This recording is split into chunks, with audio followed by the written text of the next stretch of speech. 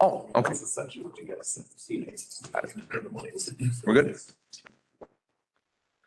I will call this listening session of the Bloomington City Council to order. Thanks much for being here, everyone. I know we have Sally on the list, and I know we had a Mark Morrow.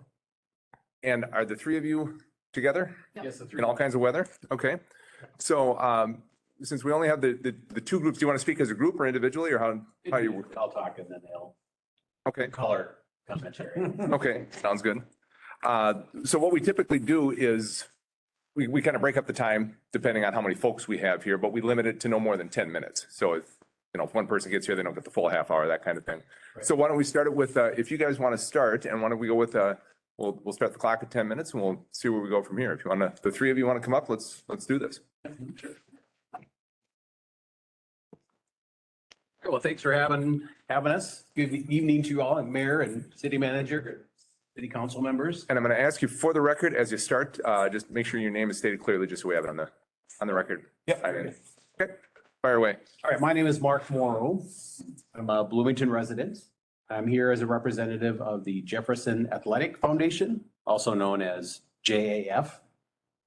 And on my left here is Kyle Elbert, who is also a Bloomington resident, but he represents the Bloomington Kennedy Activities Foundation. I was going to say athletic, but there are more than just activities and athletics, also known as BKAF. And on my left is Molly, who's also a part of the Jefferson Athletic Foundation. So we're here today to talk about three things that we would like to share about the impacts to athletics and activities, the foundations, specific to the charitable gambling. That was a big part of why we're here to talk today, but I'll kind of hit on that because I'm not going to go anywhere near as long as I had originally anticipated, knowing that some decisions have already been made, and just want to talk a little bit about that. But let me start with the foundations themselves and what they represent. So the two foundations that I called out for the high schools, they are 501c3 nonprofits that are run by volunteers. Most often they're represented by parents or alumni parents. And so we still have half of these foundations have alumni parents who he's a perfect example. His kids are in his 20s, right? So his kids have moved on, but he still is supporting Kennedy in that capacity.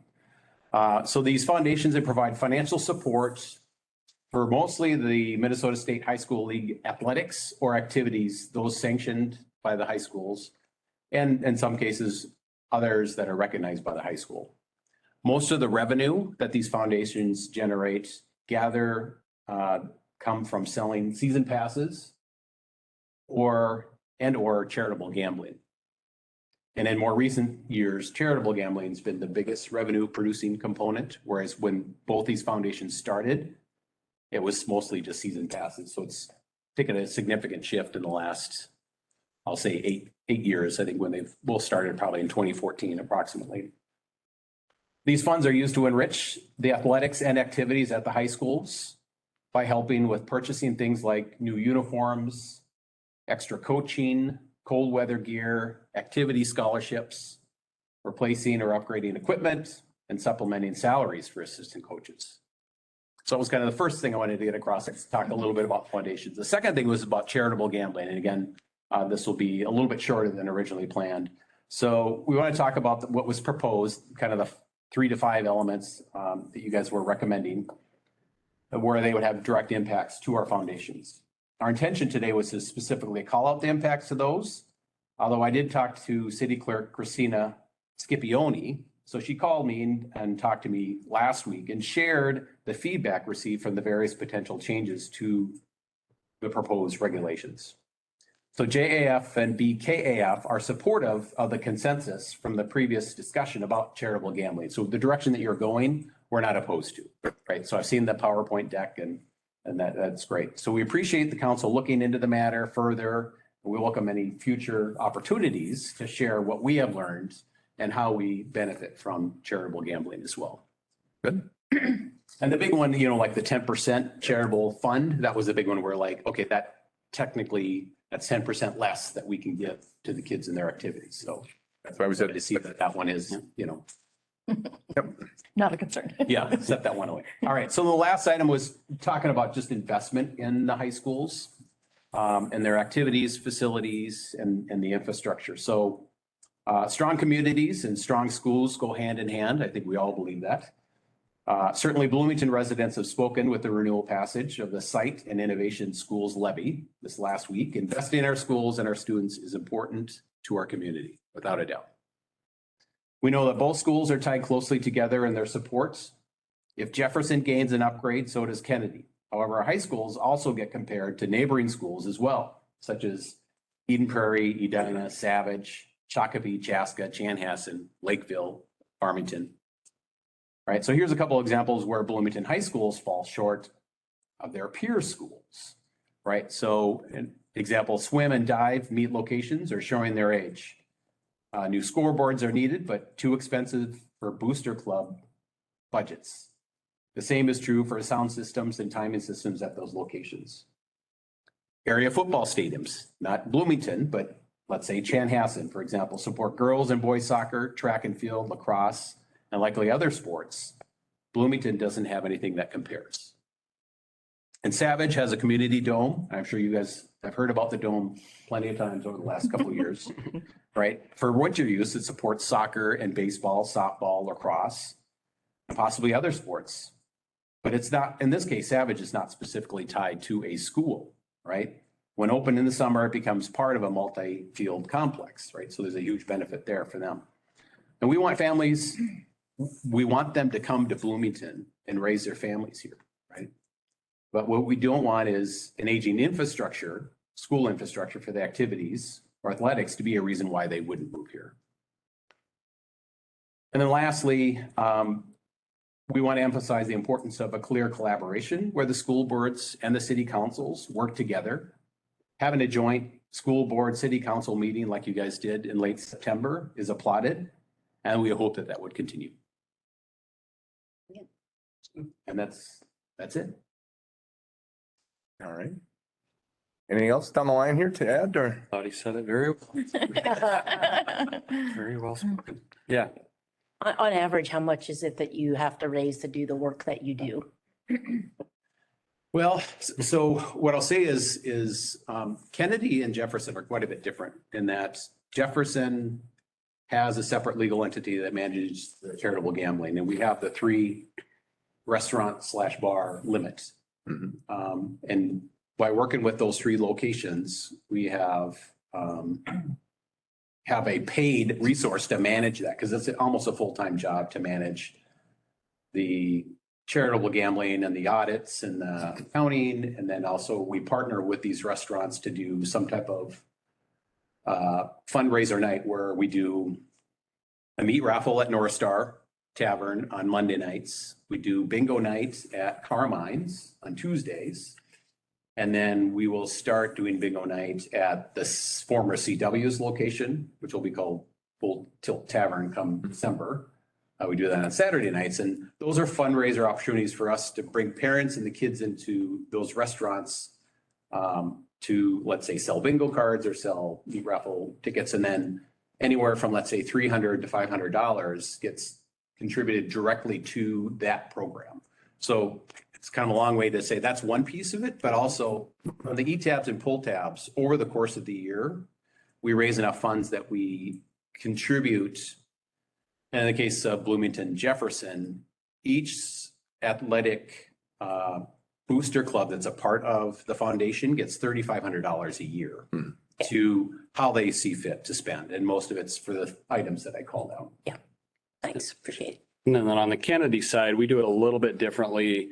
Ours is a grant basis. Groups apply to us and you asked how much do we give out? As much as we can. Yeah. So we manage our accounts. So we've got a certain amount and that we will never go below just because we want to have that safety net, but we will give out what we can as we can. Last year, we gave out 20 grand in our fiscal year. This year, we're 2/3 of the way through our fiscal year and I've already given away that 20 grand because we're making more. So we give out more. That's our mindset. And we do it based on booster clubs. It can be a sport or it can be individuals. If you need a pair of cleats, you need a pair of skates, you can come to us and we will give you X dollars Right on. to support that. Thank you. Okay. I'll start by saying the last time that Councilmember Coulter and I were at North Star Tavern, I won the meat raffle. So secondly, I agree with you completely about the uniqueness and the strength that could come in Bloomington from this alignment. We have contiguous borders with our school district, and most of the schools around us can't say that. And that should be an avenue of strength for us. And we haven't even come close to tapping into that. And we continue to look for ways. We continue to have this conversation with the superintendent, with the school board, with our city manager, with the city council. How do we do that and how do we do that best? And honestly, it's a nut we haven't cracked yet. And it's one we actually absolutely need to because of all the things that you did talk about. Because And we know there's no easy solution. either. there isn't. And I mean, everything costs money and everything. Yes. But the fact that we are one community, it should make at least avenues more available to us, and we should be able to find solutions to that. So I think you've got the nodding heads and the commitments of the 7 people around this table who are elected, and then the appointed folks as well, that it's something that we need to explore further, and we need to make sure we find a way to happen. Councilmember? Just an idea, and hopefully I don't get kicked under the table or something. No, we had this really great community-based process that we just did. We also, a couple of years ago, did a racial equity strategic planning process. And to me, in my mind, it seems like there's an opportunity to bring school board, council, community members together to do something similar, to develop recommendations for to get clear about, what are the needs, what are the gaps? Yeah. And then figure out kind of what are the solutions, right? And Yeah. And I will say as we wrap up, because we're over time here, I will say one of the things that we'll be looking at as we head into this legislative session again is local option sales tax, because Bloomington Ice Garden, which again is a city-owned facility, but is used by everybody, needs a lot of work. Similarly, a performing arts center, great performing arts centers at each of the high schools, but to have one more centrally located, to have a concert hall here at Civic Plaza would benefit not only the arts organizations within the city, but also I think the schools as well. So bottom line, yes. I mean, in a lot of different ways, we have to find the best way to do it, and we have to be able to activate it and actually accomplish it. Awesome. Thank you for the time. Just Yes. really quick, my role is new to the board. They created a position for strategic planning because they're recognizing we've grown so much with our fundraising. It's been so successful. How do we need to think ahead and really become more strategic in our relationship? So we're doing some work to kind of internally figure out what are our goals and how do we want to grow. But I'll look at how you guys did some of your work and see how we might dovetail. Yep. Thank you for the opportunity. Please, Mr. Brugge. I think, Mark, when you talk about the swim and dive meet facilities, track and those other types of facilities, capital intensive. Oh, yes. Their plan at the school district that you're aware of to make upgrades to those facilities, or is that part of the? I can't speak frustration is we just don't. specifically. In my case, I've talked to the athletic director at Jefferson as well as principal and meet with them and just talk a little bit about what's going on there. But our next step, or my next step, is to talk to the city council specifically about that, to say what. To the school board. Yeah, sorry. Yeah. Yep. Okay. And his role is the liaison to those two different organizations and sort of going to be the icing on the cake, not the cake. So where's the cake stop and where do we come in as icing? 'Cause we can't be the cake, but we could also influence for the cake, right? Oh, that's good. So what does that look like? Very good. Thanks. Yeah, thank Good. you. Good to meet all of you. Thank you very much. Thanks for coming, and Yep, very good. let's continue this conversation as need be. All right? Very good. Thanks much. It is good stuff.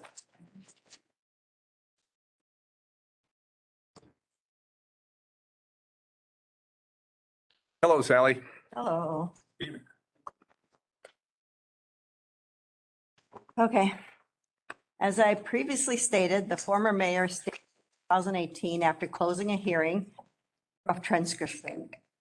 I agree with some of the speakers that maybe putting in a playground might be something that would be overkill or really unnecessary.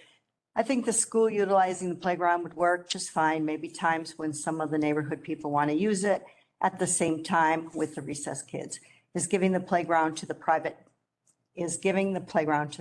business Success Academy and doing so without permit requirement or conditions for use. The 2018 staff report states a significant and typical aspect of school is that recreational activities be provided for the students.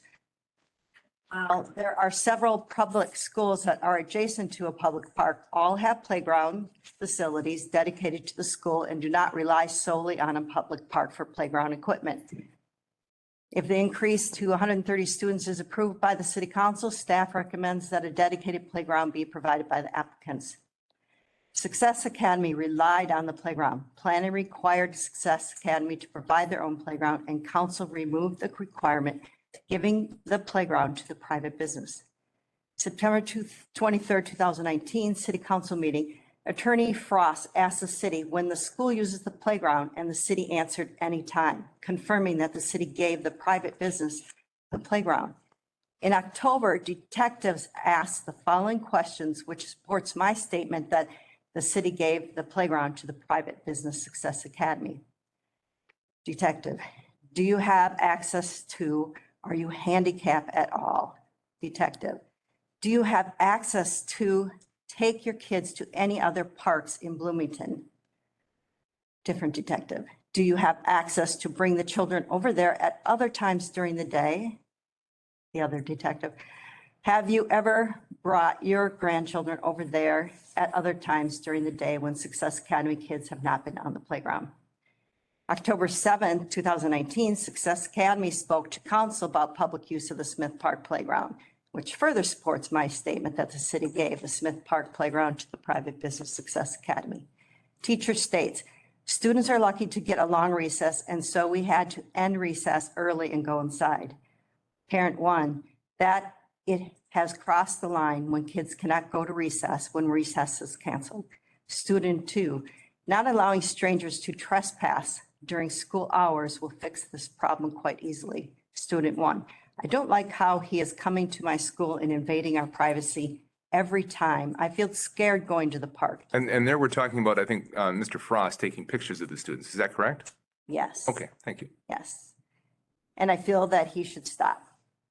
For your information, he, the attorney, was at the playground one time. October 3rd, 2022 listening session, Councilman Nelson commented, every other playground near a school in the city we pay half of, and our kids throughout the community can't use it during the day by rule at the city. Again, 2018 staff report states, while there are several public schools that are adjacent to a public park, all have playground facilities dedicated to the school and do not rely solely on a public park for playground equipment. The private business Success Academy was relying solely on the public Smith Park Playground.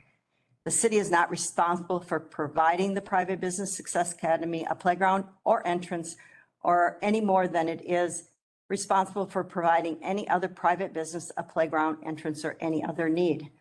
This is the importance of stating the private business Success Academy. October 3rd, 2022 listening session, Councilmember Coulter comments, the idea that things would change after the public comment period is closed, that happens.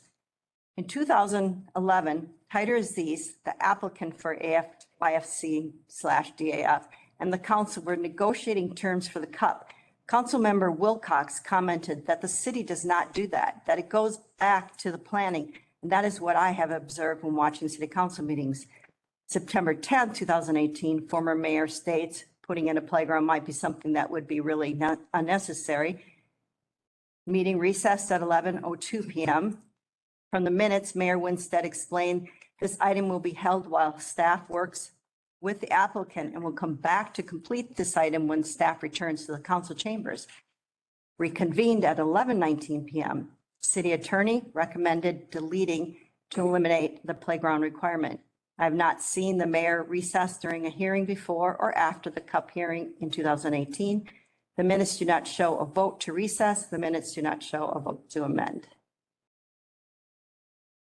So you spoke for 5 minutes there. You gave your, so are you asking us to rescind any decisions we've made in the past decade? Is that what your request is? What's your request out of all of this?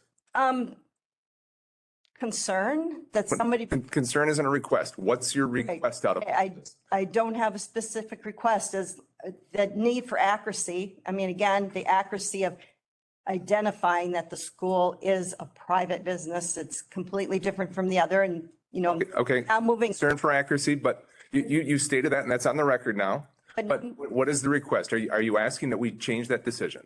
No, I'm asking you to recognize what's been happening and understand how having what had happened at that meeting where the mayor, didn't follow procedure, and then the ripple effect of it, and then the negativity of the council, the community and everything, where, like you had asked, did those children say that because I had an attorney at the playground?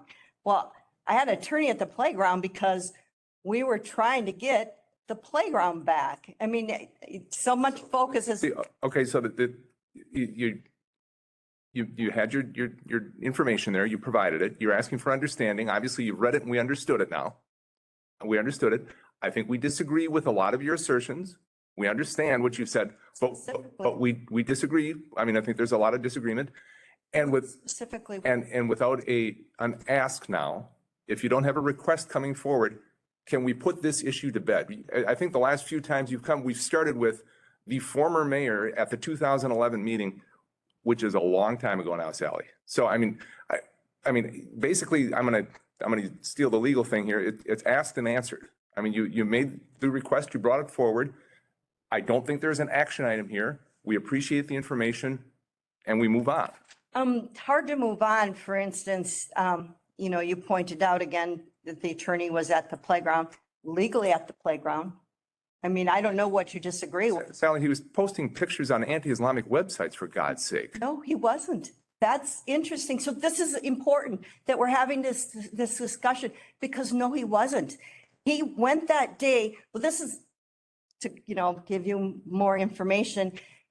I'm trying to use a playground with my grandchildren. I had 7 at the time.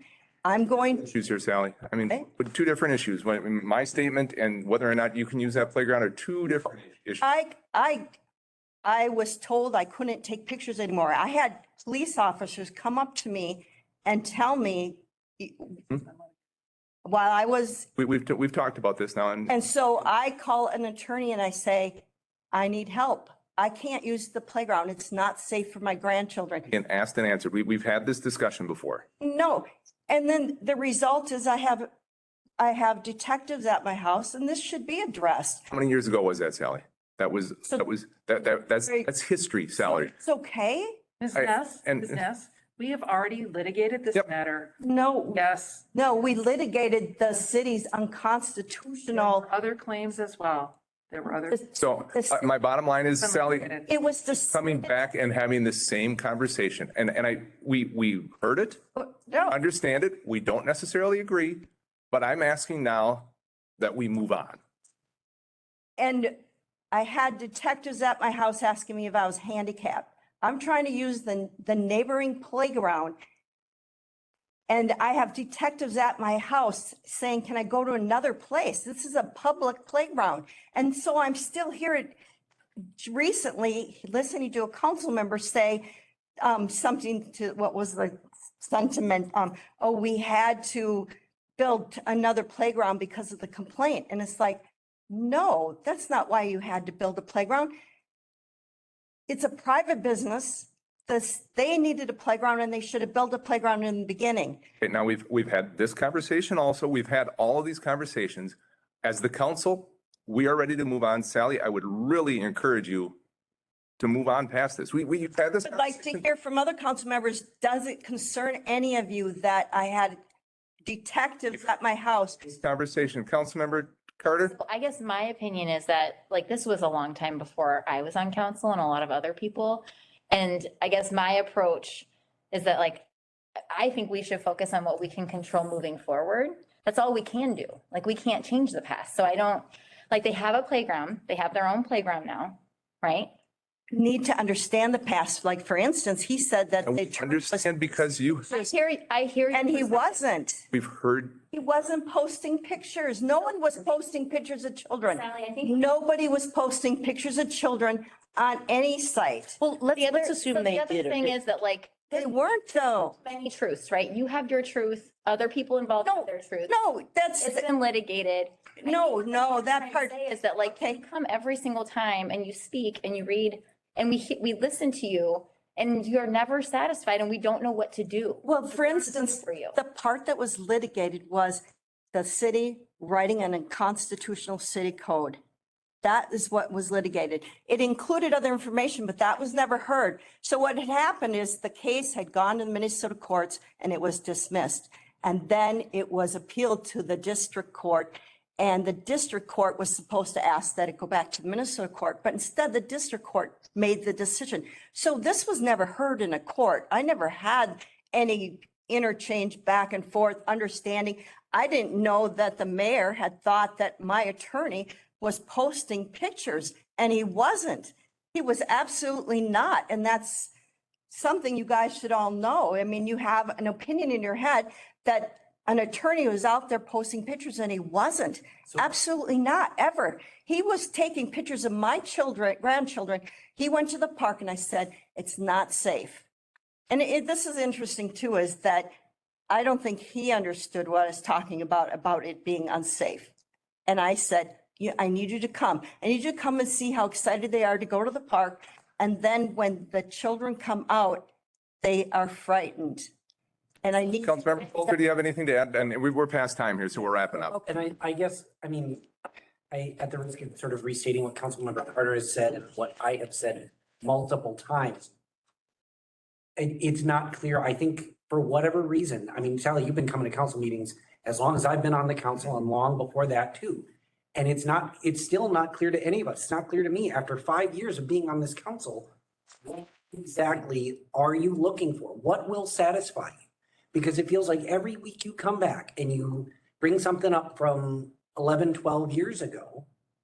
And we're none the wiser for what you're looking for. What are you say you're looking for understanding. How can we prove that we understand?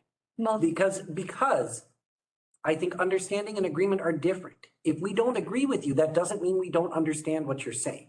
And I think this is the frustration is you keep coming back and you keep telling us, you give us all of this information, you go back and we get sidetracked about conversations about what is or is not a public school, but we never get at what would it take for you to be satisfied and say, okay, I don't need to come back to the city council about this. Well, can I also add, And folks, we do need to wrap up here. I'm just, Time. you may not know that those pictures were used the way that the mayor described them, but I can pull it up and I can show it to you. And send so, it to me. well, I don't really want to share it because it's really gross, but I just want you to know that, like, understand that oftentimes we get the information from the public, right? And so what you may or may not know have happened doesn't mean that it didn't happen. Just to And be so- clear, you're saying that Attorney Frost has posted things online that are gross and you don't want to share it? I'm saying. Understanding of our council? No, I'm saying to you that the video that I have in front of me here is blatantly anti-Islamic. That has nothing to do with me. But the source of the videos is the work that was done. That's my point. So they were taken and they were used nefariously, and you maybe didn't know. Whether Frost did it or not, we have no. You don't know that it happened, but it did. Frost is an attorney. And who, The images are online. That's what Lona's saying. They got him from somewhere, is all I'm saying. and again, Attorney Frost is an attorney. And no, We know him, yeah. Yeah, no, Larry. Yeah. and so if, and who he represents, for you to equate that to, I'm not trying to equate it. I'm giving you the benefit of the doubt right now, Sally, by saying you may not have known this existed. Like, I totally understand. I'm just letting you know it happened. And so I'm not trying to blame you for that. That's not the reason but I'm letting you know that no matter what your intentions were, it got away from you and everybody else and became something very nefarious. That's all. That's all I wanted you to know. We're going to end this conversation here, folks. Yeah. I'm I'm happy to share it. I can show it to In you. favor? Aye. We're adjourned. See you downstairs. But you knew that, is all I'm saying,